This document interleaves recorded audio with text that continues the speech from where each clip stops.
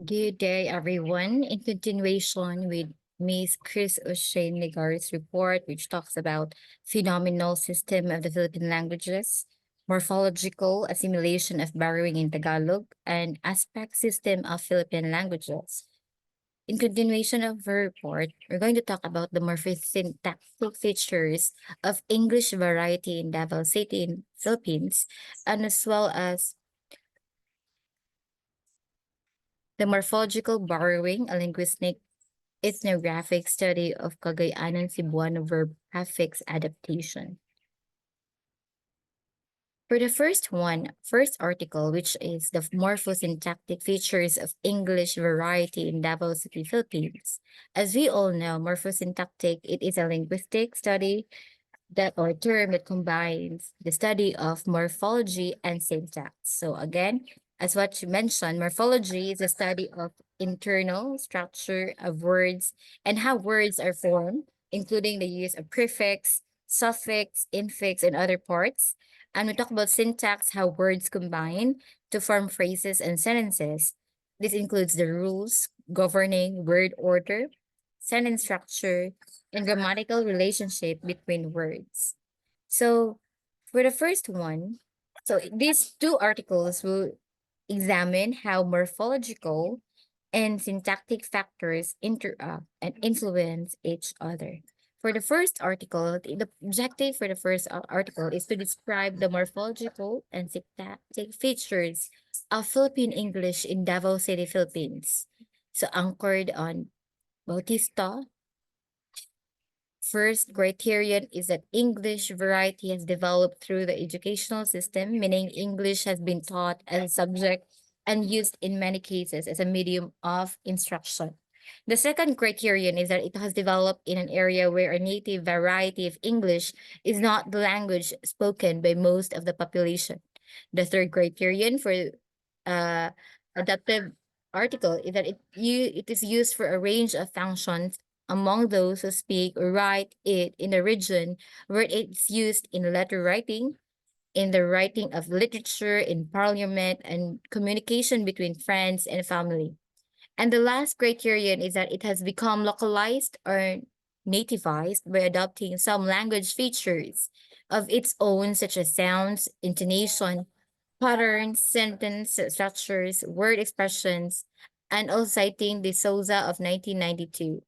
So in this case, in this article, it is a qualitative research and by analyzing the morphological and syntactic structures of corpora in Davao City, classified according to the genre such as student composition, done by a college student inside the classroom, print media, written article of any topic or subject which was published in local tabloid in Davao City, virtual communication, billboard ads, ordinary advertisement that was printed and posted at a strategic area, and office communication. It was a written memorandum which was formally sent to or received from for a purpose. Photography was used in the process to capture the text in the billboard and three samples for each genres. Then after that one, analyzed the morphological and syntactic structures, first data, management, second, reading and memoir, third is description, classification, and analysis. For the result of this article, the morphological processes that are most confirmed across the selected corpora are affixation and borrowing, while the least one is reduplication. For the first result, morphological features, it was found out that there are affixation, such as nag, pag, ipa, prefixation. Affixation is a morphological process in which the bound morpheme is attached to the free morpheme. For example, gina-close, gina meaning time, and close is a verb. Another one is na-open.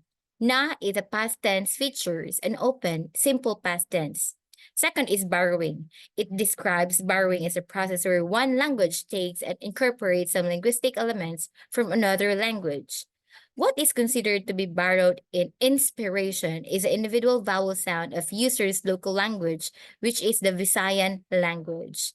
So it appears that the writer transliterates the sound of I into Visayan orthography I, so the word is spelled out as inspiration instead of inspiration. Another one is syntactic features. The last linguistic component that is scrutinized in this present study is the syntactic features. These features include the description of how the parts of speech, example noun, verb, adjectives, and adverb, are arranged one after another to form larger structures. Fused sentences and comma splices. Example, it starts in the acquaintance party, then as assemblies. My another one is my mother's name is, she is, and my father is. Another one, verb tense inconsistency. And for example, if he can lessen the concentrate political and monetary power in a few hands, he would fulfill the dream. Another syntactic feature found is the missing linking verb. This in violation of international law and the Convention of the Rights of the Child is an example. Another one syntactic feature, wordiness. Example from the corporate, I would like to take this opportunity to briefly explain our publication process.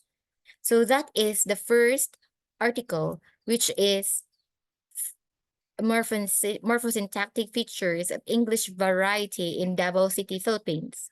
The second article is the morphological borrowing, a linguistic ethnographic study of Cagayanon Cebuano verb affix adaptation. For the objective of this article, as this linguistic phenomenon has already gained wider usage among the Cagayanons, it is now high time that this morphosyntactic innovation be studied and investigated. So it sought the following questions. What brought about the phenomenon of verb affix adaptation in Cagayan de Oro among its Cebuano speakers? How are the adapted verb affixes integrated as a constituent element of Cagayanon Cebuano? And the third one is, are there specific forms of verbs where these adapted affixes were being applied or used? The fourth question, do the Cagayanons who adopted these affixes view themselves as a distinct group of Cebuano speakers? And the fifth one is, how is the use of these adapted affixes perceived by the informants and randomly chosen respondents? For the literature anchored on this article, VAAT or verb affix adaptation theory, which is grounded in the few theories. First, linguistic ethnographic theory, and second, language adaptation theory by B. Rampton of 2004. VAAT or verb affix adaptation theory or VAAT as a theory is also grounded on the language adaptation theory proposed by Jeff versus Sharon of 1987 in his book Pragmatics as a Theory of Linguistic Adaptation. Law does not emerge out of nowhere, but has solid theoretical grounds in Darwin's evolutionary epistemology, Piaget's psycholinguistic theory, and Giles' page accommodation theory. VAT used a two-pronged procedure in its analysis of the Cagayanon VAA. First is the extralinguistic strains, and second, the intralinguistic strains, which brought about the process of adaptation. Extralinguistic trains will investigate into a geographical, physical world, socio-historical, cultural, political, economic, and the Cagayanon sense of identity that affected the adaptation. So in short, in this article, it is grounded in verb affix adaptation theory and language adaptation theory and linguistic ethnographic theory. So it also talks about the geographic settlers in Cagayan being also the Cebuano. So for the methodology of this article, under the influence of FLET and VAT, it will look into the interlinguistic factors involved in the VAA usage of monomorpheme by Cebuano-speaking Cagayanons. Synchronic diachronic research, synchronic as it looked into a seemingly slight change in Cagayanon Cebuano brought about by the borrowing of a Manobo Higaonon morpheme, diachronic as it is attempted to look into the historical factors affecting the Cebuano language in Cagayan de Oro, starting with its arrival, its contact with the indigenous language in northern Mindanao, its eventual gaining of prominence as a dominant language, and its adaptation of a morpheme belonging to Manobo Higaonon. Cagayannons bearing the verb affix adaptation of the suffixes a, I, and ha.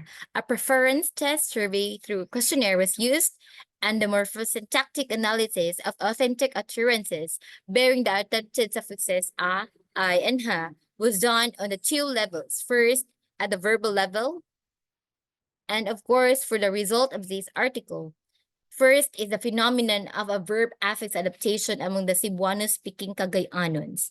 So the case of Cagayanon VAA, or the verb affix adaptation of suffixes a, I, and ha from Manobo morphology is quite unique for the reason that Cagayan de Oro has been dominated by Cebuano-speaking migrants who came to CDO 400 years ago, and in effect displacing the early settlers of CDO who spoke the Manobo o Higaonon.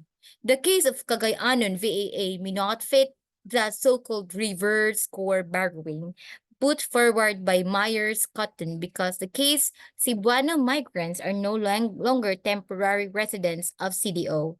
In fact, they have already regarded CDO as their home. That is why they call themselves Cagayanon or Taga Cagayan. The second result found was the integration of adapted verb affixes as constitutive elements of Cagayanon Cebuano. First is suffixation with a, I, and ha. It was found in the article, nag, the prefix nag, root word is kaon, suffix a, affixed verbs nagkauna, naghulata, nagtanawa. Sample sentences found is nagkauna sa biko si Bikay. Bikay, in English, was eating biko. Another is, naghulata mini mo ati Faith. In English, ati Faith, we were waiting for you. Nagtanawa TV si Manoy. Manoy was watching TV. So the prefixes, suffixation with a, for example, the prefix nag, ga, mag, and the root words are kaon, hulat, tanaw. Another found in article is a suffixation of I. First is a, suffixation. Second is I. Prefixes nag, ga, mag. For the root words ampo, dula, higda. So the suffix is I. So for the prefix, if it's combined, nag-ampuay, nagdulaay, naghigdaay. For the prefix ga, ga-ampuay, gadulaay, gahigdaay. For the prefix mag, mag-ampuay, magdulaay, maghigaay.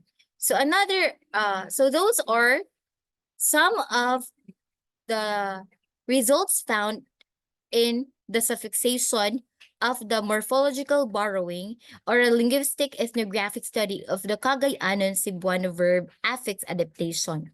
Again, so in these two articles here, it was found out how it was examined about the morphological and the syntactic factors in how it interacts and how it influence each other. So these two articles, the salient points here is that it defines how the different elements in the morphological and syntactic features of English variety in Davao City as well in Cagayan de Oro. So that would be all. Thank you so much.